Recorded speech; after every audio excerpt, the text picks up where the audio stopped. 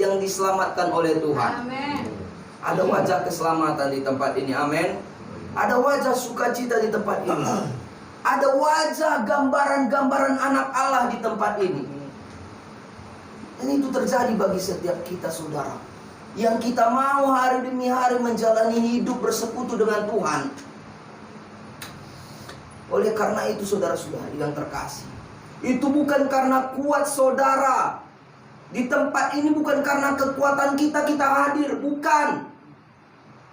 Itu bukan karena kepintaran kita, itu bukan karena ekonomi kita, tapi itu semua karena kasih Tuhan yang hadir bagi setiap hidup kita. Kapan saja Tuhan bisa datang seperti pencuri, mengambil nafas hidup bagi setiap kita. Kapan saja itu bisa terjadi, saudara. Apalagi kita lihat bagaimana masa-masa sekarang. Tokoh Alkitab jika berbicara tentang akhir zaman, semua hampir sama isinya, saudara. Semua tentang bagaimana bumi akan dimusnahkan. Semua berbicara tentang bencana. Tidak ada tokoh Alkitab berbicara tentang bahwasanya bumi akan semakin enak, bahwa bumi akan semakin indah, bahwa bumi akan semakin sehat. Tidak. Tapi semua berbicara bahwa bencana-bencana akan datang. Wabah akan datang, malapetaka akan datang.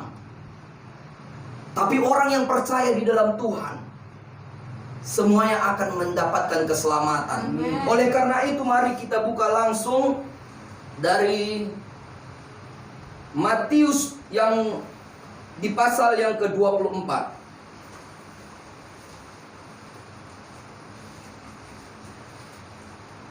Matius pasal ke-24 ayat yang ketiga. Di ayat yang ketiga sampai ayat yang ke-8 saya akan bacakan. Dengan perikop permulaan penderitaan. Ketika Yesus duduk di atas bukit Zaitun, datanglah murid-muridnya kepadanya untuk bercakap-cakap sendirian dengan dia. Kata mereka, "Katakanlah kepada kami, bila manakah itu akan terjadi, dan apakah tanda kedatanganmu dan tanda kesudahan dunia?" Jawab Yesus kepada mereka, "Waspadalah supaya jangan ada orang yang menyesatkan kamu. Sebab banyak orang akan datang dengan memakai namaku dan berkata, 'Akulah Mesias,' dan mereka akan menyesatkan banyak orang. Kamu akan mendengar deru perang atau kabar-kabar tentang perang. Namun berawas-awaslah, jangan kamu gelisah. Sebab semuanya itu harus terjadi, tetapi itu belum kesudahannya. Sebab bangsa akan bangkit melawan bangsa, dan kerajaan melawan kerajaan. Akan ada kelaparan dan gempa bumi di berbagai tempat. Akan tetapi semuanya itu barulah permulaan penderitaan menjelang zaman baru." Amin. Saudara-saudara yang terkasih di dalam Tuhan, kita melihat bahwa kondisi dunia ini semakin buruk. Kondisi bumi ini semakin buruk. Kondisi bangsa-bangsa semakin buruk.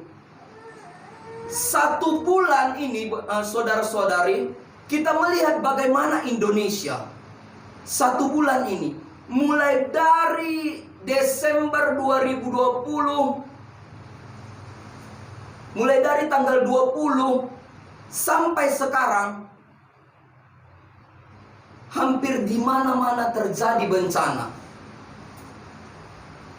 4 provinsi telah terjadi bencana. Sumatera, Kalimantan, Sulawesi, Jawa. Puji Tuhan Papua belum.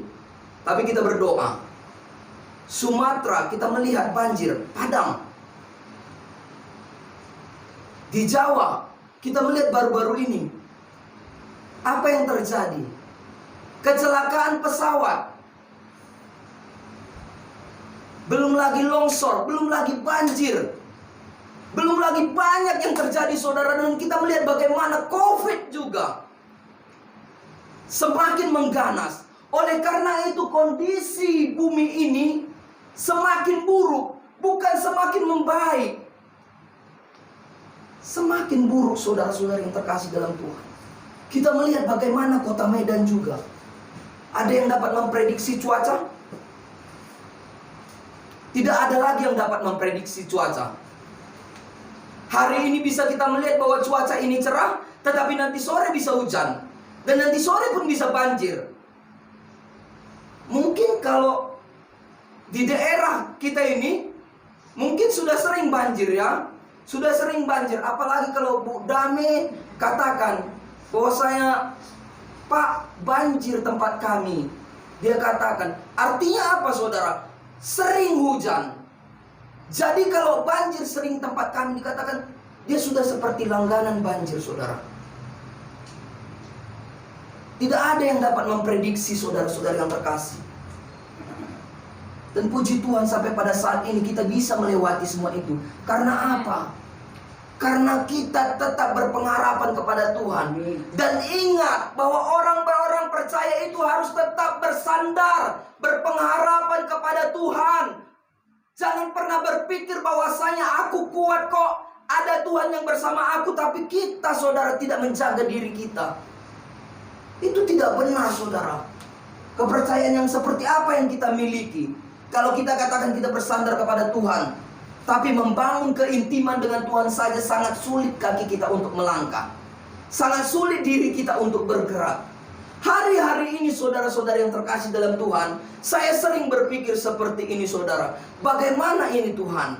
Sampai pada saat sekarang ini Bapa di sorga, aku belum bisa berbuat apa-apa kepadamu Tuhan. Sampai pernah saya berdoa, saudari-saudari yang terkasih dalam Tuhan, saya katakan kepada Tuhan, jikalau saya tidak berguna, lebih baik kau angkat saya dan kau cabut nyawa saya. Saya katakan kepada Tuhan seperti itu. Ini bukan seperti apa. Saya merasakan bahwa saya merasakan begitu banyak anugerah daripada Tuhan yang saya terima. Saya sadar diri akan hal itu, saudara. Banyak anugerah yang saya terima dari Tuhan. Sehingga saya sering sekali berpikir bahwa saya tak ingin lupa diri kepada Engkau Tuhan. Tetapi ketika aku tidak bisa melakukan yang terbaik di bumi ini, angkat aku. Saya katakan seperti itu, saudara. Saya juga takut mati, sama seperti saudara. Tetapi ketika saya tidak berguna, saya tidak berguna di hadapan Tuhan, saya tidak melaksanakan dengan baik, lebih baik Tuhan angkat saya sebelum saya jatuh. Oleh karena itu, saudara-saudara yang terkasih dalam Tuhan, banyak orang-orang percaya mulai lupa dengan keadaan bahwa hidupnya itu harus bersandar kepada Tuhan. Itu yang mau saya katakan, itu yang mau saya ingatkan bagi setiap kita. Oleh karena itu firman Tuhan tadi mengatakan di ayat yang keempat berkata, mengapa dia berkata langsung pertamanya? Pada saat dia bercakap-cakap bersama murid-muridnya, Yesus pada saat itu bercakap-cakap dengan muridnya, dan muridnya juga pasti punya rasa ketakutan, bahwasanya dia ketakutan sehingga bertanya tentang akhir zaman, saudara. Murid-murid Yesus pun punya rasa ketakutan, sehingga dia bercakap-cakap, dan situ dia memasukkan bahwasanya dia ingin bertanya bagaimana akhir zaman. Sehingga dikatakan di ayat yang keempat tadi, pertama Yesus mengatakan, kita melihat jawab Yesus kepada mereka, waspadalah supaya jangan ada orang yang menyesatkan kamu. Sikap orang percaya pada saat ini untuk menghadapi akhir zaman harus waspada, harus berjaga-jaga, saudara-saudara yang terkasih. Mengapa Yesus katakan pertama waspada? Karena kita tahu bahwa pekerjaan-pekerjaan daripada roh jahat, pekerjaan dari setan akan semakin besar. Pekerjaan daripada kerajaan iblis akan semakin diperluas. Sehingga Yesus katakan waspadalah. Ini nubuatan Yesus, bahwasanya setiap kita harus waspada, harus berjaga-jaga. Karena kita melihat akhir-akhir ini bagaimana iblis sedang menggoncang dunia. Iblis menggoncang Indonesia, saudara-saudara yang terkasih.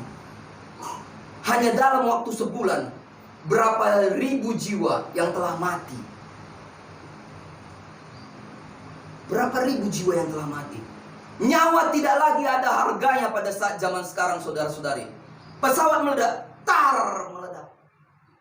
Kita lihat, puing-puing daging-daging ini seakan tidak ada artinya lagi. Kapan saja Tuhan bisa cabut kita. Kapan saja.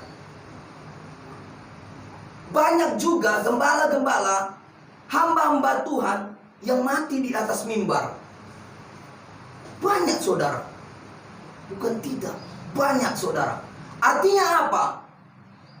Kapan saja Tuhan bisa cabut kita. Sangat kecil bagi Tuhan, saudara-saudara yang terkasih dalam Tuhan. Hanya kita diingatkan bagaimana hidup kita harus kembali kepada Tuhan. Menjaga kesetiaan di dalam Tuhan. Sehingga dikatakan waspadalah, berjaga-jagalah. Di dalam 1 Petrus di pasal yang kelima, ayat yang ke-8 berkata, 1 Petrus 5 ayat ke-8, sadarlah dan berjaga-jagalah. Lawanmu si iblis, lawan saya dan saudara si iblis, roh jahat setan, berjalan keliling sama seperti singa yang mengaum-ngaum, berjalan keliling bumi ini.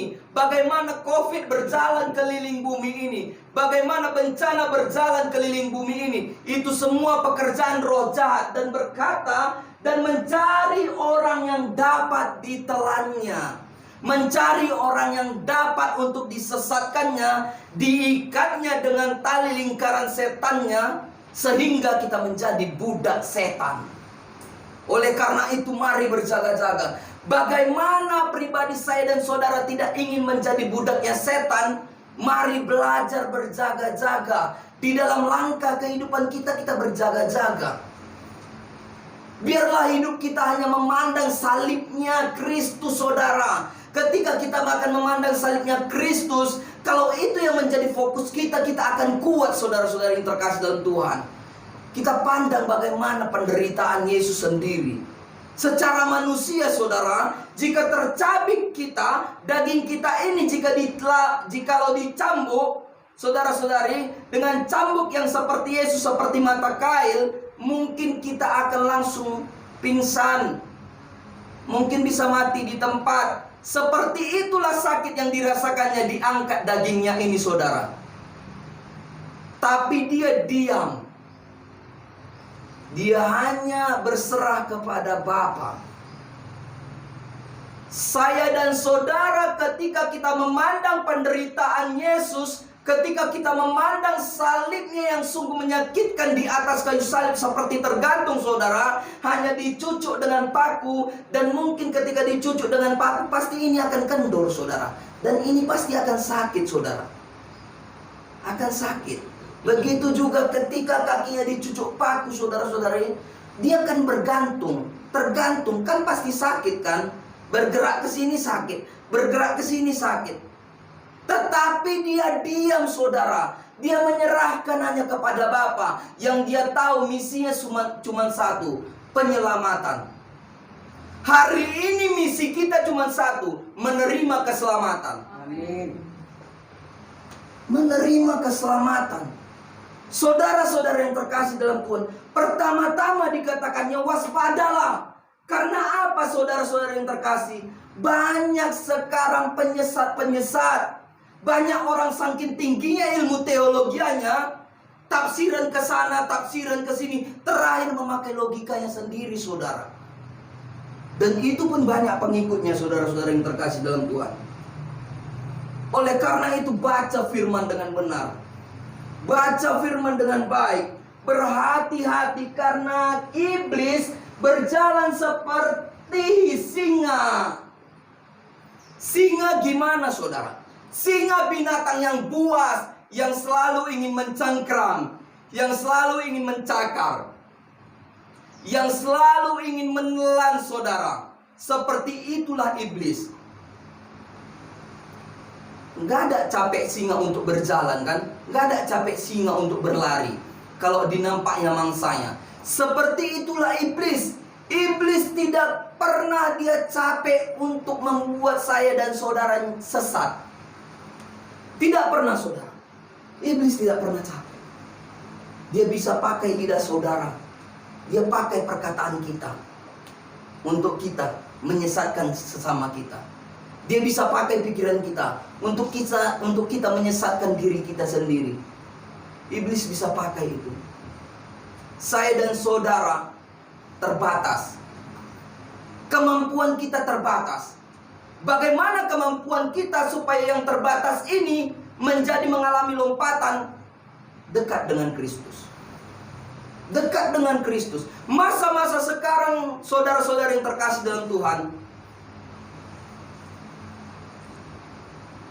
saya belajar terus untuk mengingatkan saya dan saudara, untuk mengingatkan setiap kita, untuk kita terus mengenal firman dengan benar, mengenal firman dengan baik, saudara.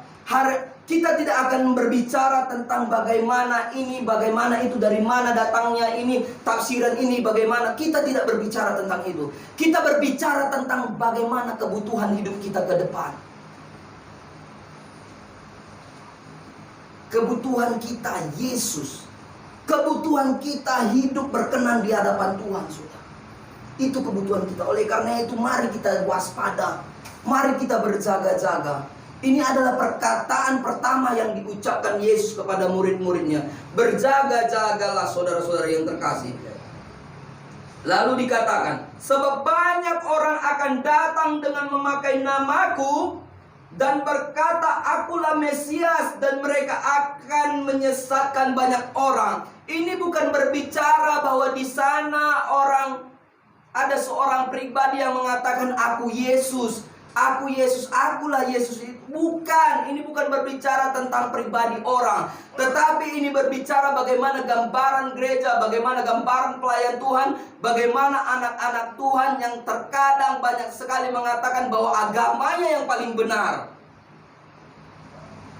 bahwa ajaran yang paling benar, bahwa ajaran gerejanya yang paling benar. Karena terlalu banyak berlogika, saudara. Banyak gereja pada saat ini seperti itu, saudara. Menyesatkan. Tidak lagi berlandaskan firman. Dan kita sudah tahu semua bagaimana. Ada gereja yang mengatakan, yang punya pemikiran Lewi dengan Lewi itu adalah sesama dia, sesama sinode dia. Ada gereja yang seperti itu. Lewi itu harus menikah dengan Lewi. Dan itu benar, tetapi pemikiran dia salah, saudara. Lewi itu harus satu gereja dengan dia, harus satu sinode dengan dia. Ada pengajaran gereja yang seperti itu. Itulah yang dikatakan di sini, saudara-saudara yang terkasih dalam Tuhan, bahwasanya sebab banyak orang akan datang memakai namaku dan berkata, akulah Mesias, pengajarankulah paling benar, gerejakulah paling benar. Begitu juga kita melihat agama seberang. Bagaimana begitu banyak organisasi mereka, baik itu ISIS, baik itu FPI, mengatakan bahwa itu adalah paling benar. Kepercayaan mereka adalah kepercayaan paling benar. Ideologi mereka adalah ideologi paling benar. Saudara-saudara yang terkasih dalam Tuhan, tidak ada yang benar kecuali Tuhan, kecuali Yesus. Tidak ada yang benar. Kita semua berdosa. Tidak ada satu pun yang kudus. Tapi ketika kita belajar mau datang kepada Yesus dengan hidup yang benar, mau mengubah hidup kita ini, untuk kita benar-benar kosong. Kegagalan kita karena kita tidak bisa kosong, saudara. Harus kita belajar mengosongkan diri kita. Dan pribadi daripada Roh Kudus itu yang menguasai dan memimpin saya dan saudara. Harus kita belajar, saudara. Oleh karena itu, mari kita pada saat sekarang ini berjaga-jaga, berhati-hati. Baik itu di dalam bergerak, baik itu di dalam berkata-kata. Jangan pula kita lebih banyak berkata-kata tentang bagaimana saudara inilah, bagaimana saudara itulah, bagaimana tanah yang ini, bagaimana tanah yang itu. Saudara-saudara yang terkasih, Tuhan sangat-sangat senang saya dan saudara hadir di tempat ini. Sangat senang Tuhan. Tuhan tersenyum dari atas dan sangat senang melihat kita hadir di tempat ini. Tapi Tuhan akan lebih senang kalau kita sebegini alimnya juga di luaran sana, saudara. Sama kita di sini dengan di luar. Itu Tuhan lebih senang. Tuhan lebih cap jempol. Karena apa? Anak Tuhan itu harus konsisten, harus punya integritas, saudara-saudara yang terkasih. Sehingga saya suka ada seorang pendeta berkata, Pak Ridwan berkata seperti ini, saudara-saudara yang terkasih dalam Tuhan. Nginaplah di rumahku kalau engkau ingin melihat pribadiku.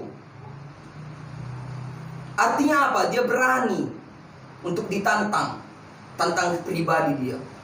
Hari ini saya dan saudara, tunjukkanlah bahwa pribadi Kristus itu ada di dalam diri kita, baik di sini, baik di luaran saudara. Baik di sini, baik engkau di tempat kuliah, baik engkau di tempat kerja, tunjukkanlah bahwa pribadi daripada Kristus itu ada di dalam diri saya dan saudara. Sama kita di sini, sama kita di luar. Janganlah kita di sini kita berbicara firman, tetapi kita di luar berbicara itu. Saudara-saudara yang terkasih, teman-teman kita pun ingin melihat bagaimana gerakan Kristus itu berada dalam diri kita, saudara. Oleh karena itu, saudara-saudara yang terkasih dalam Tuhan, belajarlah untuk tidak mau diterkam oleh singa itu. Belajarlah untuk tidak mau ditawan oleh pada roh-roh jahat, saudara-saudara yang terkasih dalam Tuhan. Karena zaman akan semakin sulit, kelaparan akan terjadi di mana-mana. Kita melihat baru-baru ini, sebulan yang lalu kita melihat bagaimana Afrika sendiri, wabah belalang, saudara. Wabah belalang yang menghasilkan kelaparan. Wabah belalang yang terjadi di Afrika persis sama dengan bagaimana di Mesir pada zaman Musa. Persis seperti itu. Saat ini, saudara, gempa bumi tidak memandang kita dari mana. Kapan saja bumi ini bisa dibolak-balikkan, saudara-saudara yang terkasih dalam Tuhan. Kantor gubernur yang di Sulawesi, begitu kuatnya bangunannya, tidak mungkin kantor gubernur tidak kuat bangunannya. Kuat bangunannya, tapi itu pun bisa roboh, saudara-saudara yang terkasih dalam Tuhan. Bisa retak, bisa mengalami kerubuhan. Artinya apa? Tidak ada yang dapat menandingi, yang dapat membatasi kuasa Tuhan ketika Tuhan bekerja bagi setiap orang. Tidak ada yang dapat membatasi, saudara. Tidak ada yang dapat membatasi. Tuhan izinkan semua terjadi dalam hidup kita. Tuhan izinkan. Tuhan izinkan bencana terjadi dalam hidup kita. Tuhan izinkan kita mengalami mati yang mungkin tidak benar, mati yang mungkin tidak normal. Tuhan izinkan itu semua terjadi. Agar apa? Ketika Tuhan mengizinkan saudara-saudara kita mengalami mati yang tidak normal, sebagaimana biasanya orang meninggal, saudara-saudara yang terkasih, diperlihatkan kepada kita. Tuhan perlihatkan itu kepada kita untuk kita punya perubahan. Bukan hanya sekedar tontonan, tapi untuk kita mampu merubah diri kita bahwasanya Tuhan itu terlalu baik, ya. Dia bisa merebut nafas kehidupan dari siapapun melalui jalannya yang seperti ini, ya. Tuhan, tolong saya. Saya tidak ingin seperti itu, Tuhan. Kita bisa minta kok. Kita bisa minta. Oleh karena itu, saudara-saudara yang terkasih dalam Tuhan, mari kita belajar untuk kita sebagai orang percaya di dalam menanti kedatangan Tuhan. Mari kita mempunyai sikap untuk kita berjaga-jaga, saudara-saudara yang terkasih dalam Tuhan. Karena kapan saja waktunya akan terjadi, dan waktu itu sudah semakin dekat, saudara-saudara yang terkasih dalam Tuhan. Dan inilah nubuatan Yesus sendiri. Saya akan membukakan sebentar dari Roma 9. Roma 9 di ayat yang ke-28 berkata, sebab apa yang telah difirmankannya akan dilakukan Tuhan di atas bumi sempurna dan segera. Sebab apa yang difirmankannya di atas bumi sempurna dan segera. Kalau dikatakan di dalam firman-Nya akan ada gempa bumi, akan ada perang, akan ada kelaparan, akan ada wabah, akan terjadi sempurna kejadiannya, dan segera bersiap-siap bagi setiap kita. Segera saudara-saudara yang terkasih dalam Tuhan. Sebelum itu datang semuanya, mari kita segera berbalik kepada Tuhan. Kita beritahu saudara-saudari kita, agar udah selesai pekerjaan kita. Diterima atau tidaknya terserah. Yang penting kita belajar untuk kita memberitakan firman. Siap sedialah, baik atau tidak baik waktunya, kata Tuhan dalam firman-Nya. Siap sedialah baik atau tidak baik waktunya. Siap sedialah ditolak ataupun kau nggak ditolak. Siap sedialah engkau untuk dihianati, dianiaya. Siap sedialah, yang penting kau beritakan firman. Beritakan firman. Sedialah, siap sedialah. Berjaga-jaga. Oleh karena itu saudara-saudari, kita harus mengerti bahwa semuanya seizin Tuhan. Sikap orang percaya yang berikutnya di dalam menanti kedatangan Tuhan, jangan khawatir, karena semuanya pasti akan terjadi. Hanya bagaimana kita mempersiapkan diri kita. Roma 8 ayat 28 berkata, kita tahu sekarang, saat ini kita tahu bahwa Allah turut bekerja dalam segala sesuatu untuk mendatangkan kebaikan. Allah bekerja untuk mendatangkan kebaikan. Mendatangkan kebaikan bagi mereka yang mengasihi Dia, bagi mereka yang mau mengenal Dia, bagi mereka yang mau berbalik mengenal Yesus, yaitu bagi mereka yang terpanggil sesuai dengan rencana Allah. Saya dan saudara dari kecil sudah menjadi Kristen, artinya kita sudah terpanggil. Hanya bagaimana untuk kita menjadi seorang yang terpilih. Saya dan saudara dari kecil sudah mengenal firman. Hanya bagaimana kita menghidupkan firman. Ketika kita mampu menghidupkan firman, disitulah kita akan menjadi orang-orang yang terpilih. Saudara-saudara yang terkasih dalam Tuhan, itu adalah satu anugerah yang diberikan kepada saya dan saudara untuk menjadi Kristen. Artinya apa? Kita ini orang pilihan, orang yang dipanggil Tuhan. Tinggal bagaimana kita melakukan kehendak Tuhan, saudara. Memang sulit, saudara, sulit. Bukan tidak sulit. Roh memang penurut, tetapi daging lemah, itu benar. Roh ini selalu yang ingin bersama Tuhan, bersekutu. Tetapi daging kita ini lemah, saudara. Terkadang timbul kemalasan. Terkadang timbul yang namanya berleha-leha, saudara-saudari terkasih. Terkadang dari daging ini timbul yang namanya tidak ingin mendekatkan diri kepada Tuhan. Terkadang seperti itu semua, kemalasan. Kemalasan dan kemalasan.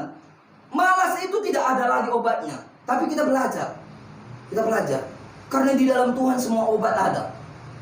Di dalam Tuhan semua obat ada, saudara-saudara yang terkasih. Jangan khawatir. Karena semua memang harus terjadi. Dan semua terjadi itu karena seizin Tuhan. Karena apa? Untuk mendatangkan kebaikan.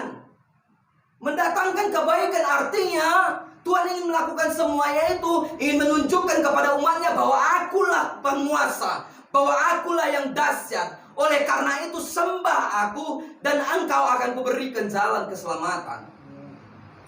Tuhan katakan seperti itu bagi setiap kita, saudara. Jangan mau kita lagi mengeraskan diri kita. Saat ini bagi setiap kita, mari lembutkan hati kita. Jikalau ada kita mengeraskan diri, hati-hati, saudara. Dia datang seperti pencuri. Dia nanti tangkap kita, tangkap nafas kehidupan kita, tapi kita masih mengeraskan hati. Di mana tempat kita? Mari kita belajar, saudara-saudara yang terkasih dalam Tuhan. Dan sesudah itu, saudara, sikap orang percaya berikutnya untuk menghadapi kedatangan Tuhan. Perbanyak doa, saudara. Perbanyak doa. Doa adalah nafas kehidupan orang percaya. Doa adalah gaya hidup orang percaya. Oleh karena itu, jikalau kita mengatakan bahwa diri kita adalah orang percaya, mari gaya hidup kita menjadi gaya hidup yang penuh dengan doa, yang penuh membangun hubungan persekutuan dengan Tuhan, yang penuh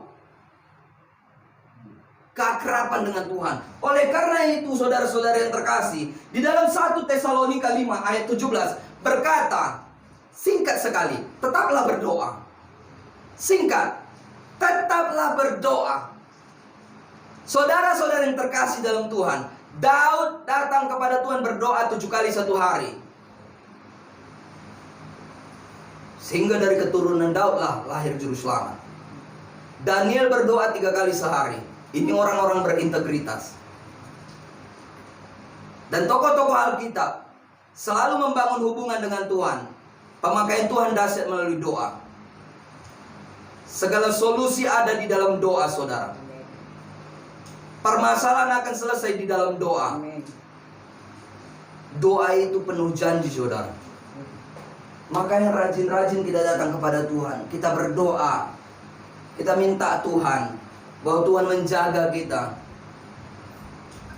Tuhan menjaga orang-orang percaya yang ada di bumi ini, yang ada di Indonesia ini, agar Tuhan menjaga, saudara. Jikalaupun kita dipanggil Tuhan, kita dipanggil Tuhan, tetapi kita sudah di dalam Tuhan. Alangkah indahnya. Oleh karena itu dikatakan di dalam Filipi 1 ayat 21 berkata, hidup adalah Kristus, mati adalah keuntungan. Kenapa Rasul Paulus mengatakan mati adalah keuntungan? Kenapa dia bisa mengeluarkan statement mati adalah keuntungan? Karena dia telah hidup di dalam Kristus. Kalaupun dia mati, aku udah hidup kok di dalam Kristus. Apalagi yang kuapakan? Apalagi yang kutakutkan? Apalagi yang kuragukan ketika aku dipanggil? Toh aku akan ke surga kok. Sehingga dia berani katakan, hidup adalah Kristus, mati adalah keuntungan. Hari ini Rasul Paulus mengajarkan kepada setiap kita bahwa mati itu adalah keuntungan, saudara. Bagi orang yang mau percaya, bagi orang yang mau hidup di dalam Kristus, sehingga mampu kita untuk menyebutkan bahwa mati adalah keuntungan. Kita semua pasti takut mati. Kita semua pasti mempunyai rasa kekhawatiran. Kita pasti masih mempunyai rasa takut yang berlebihan.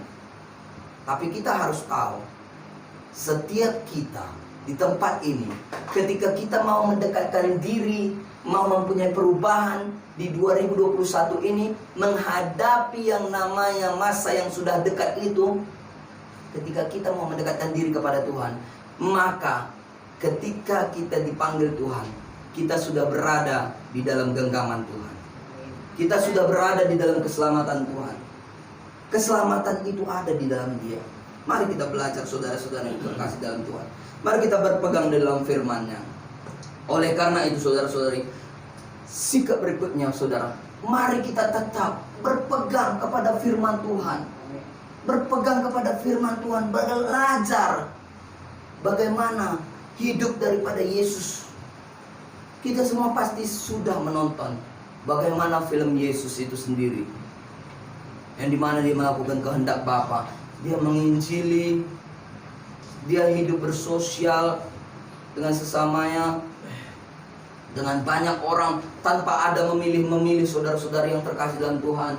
Oleh karena itu mari kita belajar, saudara. Tidak ada kesombongan dalam diri Yesus. Oleh karena itu pun kita juga yang mengaku anak-anak Yesus, kita belajar untuk kita tidak menyombongkan diri. Kalau sampai pada saat ini kita selamat, kita hidup dengan kesehatan yang baik, jangan sombong, saudara. Jangan sombong. Kapan saja, saudara, begitu saudara angkuh, kapan saja cek, kita bisa diangkat. Saya bisa saat ini di sini mati kejang, bisa, saudara. Kalau Tuhan sudah tidak suka, saudara juga bisa dari tempat itu. Tapi kita belajar, saudara. Ini bukan untuk kita menakut-takuti, tidak. Tapi ini adalah satu bentuk ingatan yang saya mau ingatkan kepada saya dan saudara, bahwa kita harus berubah. Harus berubah. Setiap hari harus mempunyai perubahan untuk lebih merindukan Tuhan, saudara. Untuk lebih merindukan pengajaran Yesus itu sendiri, saudara. Kalaupun saudara saat ini mengalami banyak persoalan yang belum diselesaikan, kalaupun saat ini saudara mengalami sakit, penyakit yang belum pulih, saudara-saudara yang terkasih, tapi yakin dan percayalah, saudara, dalam Tuhan ada pemulihan. Dalam Tuhan ada pemulihan. Sekalipun kita pada saat ini saudara mengalami kematian, tetapi masih sakit, saudara-saudari yang terkasih dalam Tuhan, yakinlah bahwa itu adalah yang terbaik, saudara, yang diberikan Tuhan. Itu yang terbaik. Bukan berarti kita akan berdosa, bukan berarti kita dipandang orang berdosa, tidak. Tapi kita telah melakukan yang terbaik, saudara. Rasul Paulus dulu dalam dagingnya ada, sampai dia mati, sakitnya tetap ada. Bukan tidak dipakai Tuhan dengan dahsyat. Rasul Paulus salah satu rasul yang dipakai Tuhan dengan dahsyat, dan bahkan lebih dahsyat dari para murid. Kalau saya katakan lebih dahsyat dari para murid. Berapa kali dia disesat, berapa kali kapal kandas, berapa kali dia dipenjara. Dia telah katakan, berapa kali dia puasa terpaksa. Tapi saudara-saudara yang terkasih dalam Tuhan, dia tetap bertahan di dalam Tuhan. Hari ini saya dan saudara, seberapa besar pun perkara-perkara kehidupan kita, seberapa besar pun rasa kekhawatiran kita, angkat semua kepada Tuhan, berikan kepada Tuhan. Kosongkan pribadi kita ini, buang segala keegoisan kita ini. Mari berserah kepada Tuhan, saudara. Berserah dan katakan bahwa engkau adalah juru selamat. Engkau tolong ataupun tidaknya, tetapi engkau tetap juru selamat. Sebagaimana Sadrak, Mesak, dan Abednego ketika dihadapi dengan perapian yang menyala-nyala, mereka tetap berkata, Tuhan baik. Tuhan baik. Tuhan sangat baik, saudara-saudara yang terkasih. Oleh karena itu, mari kita belajar, saudara-saudari, untuk kita mengerti bahwa hidup ini, Bapak, bahwa hidup ini harus kita terus datang kepada Tuhan. 2 Timotius 3 ayat 14 sampai 15 dikatakan di sini, saudara-saudara yang terkasih dalam Tuhan. Tetapi hendaklah engkau tetap berpegang pada kebenaran yang telah engkau terima dan engkau yakini, dengan selalu mengingat orang yang telah mengajarkannya kepadamu, saudara.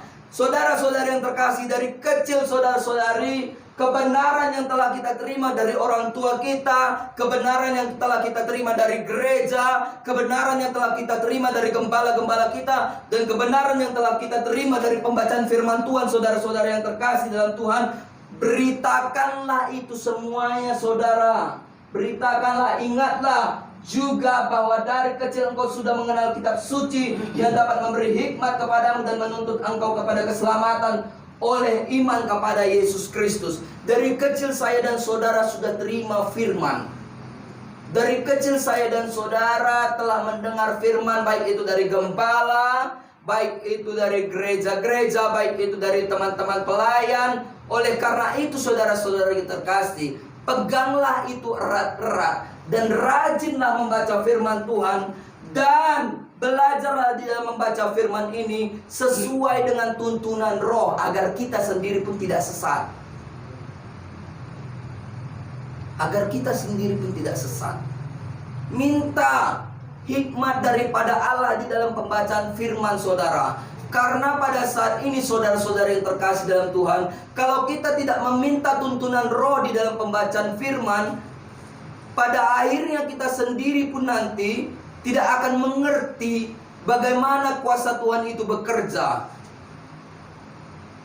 Oleh karena itu, tetap meminta pimpinan Roh Tuhan hadir di dalam kehidupan saya dan saudara. Begitu juga saudara-saudari yang mau saya katakan pada saat ini, saudara. Mari kita belajar untuk kita kembali memberikan diri kita kepada Tuhan. Untuk kita, saudara-saudari, belajar hidup benar di hadapan Tuhan. Saya percaya bahwa pada saat ini kita berkata, saya imankan bahwa kita sedang menikmati ibadah yang benar. Kenapa seperti itu? Kita sedang menikmati ibadah yang benar. Saudara-saudara yang terkasih dalam Tuhan, dikatakan di dalam 2 Korintus 3. Saya buka dulu di dalam 2 Korintus 3.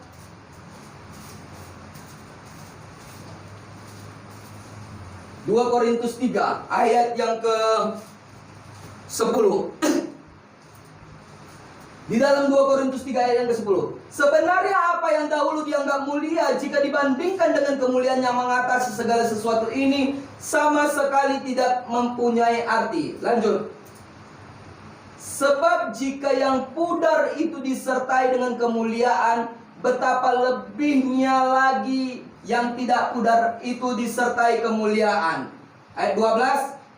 Karena kami mempunyai pengharapan yang demikian, maka kami bertindak penuh keberanian. Berikutnya, tidak seperti Musa yang menyelubungi mukanya, supaya mata orang Israel jangan melihat hilangnya cahaya sementara itu. Saudara-saudara yang terkasih dalam Tuhan, sebentar. Dikatakan di sini, saudara-saudara yang terkasih dalam Tuhan. Kita lihat di ayat 10 tadi. Sebenarnya apa yang dahulu dianggap mulia jika dibandingkan dengan kemuliaan yang mengatasi segala sesuatu ini, sama sekali tidak berarti. Saudara-saudara yang terkasih dalam Tuhan. Dulu apa yang menurut saudara, menurut logika saudara, benar, baik itu dalam pembacaan firman yang saudara dulu alami, baik itu saudara ketika gereja saudara yang dulu alami, saudara anggap itu benar. Tetapi ketika saudara telah dimasuki Roh Kudus berikan pengertian saudara-saudara yang terkasih dalam Tuhan, maka saudara-saudari, kita harus tahu bahwa inilah yang benar. Ketika kita mau datang beribadah dan kita mau mendekatkan diri untuk hidup benar di hadapan Tuhan dan dituntun oleh Roh, inilah ibadah yang benar. Ketika kita mau. Oleh karena itu, apa yang dahulu merupakan keuntungan bagi saudara, hidup berada di pergaulan dunia, hidup berada di dalam orang yang jauh daripada Tuhan, merupakan keuntungan, merupakan sukacita menurut saudara. Mungkin kalau secara duniawi memang penuh sukacita saudara, tetapi kita hidup di dalam Tuhan, sukacita kita itu berasal daripada Tuhan. Sukacita yang berasal daripada Tuhan itu bukan seperti sukacita dunia saudara.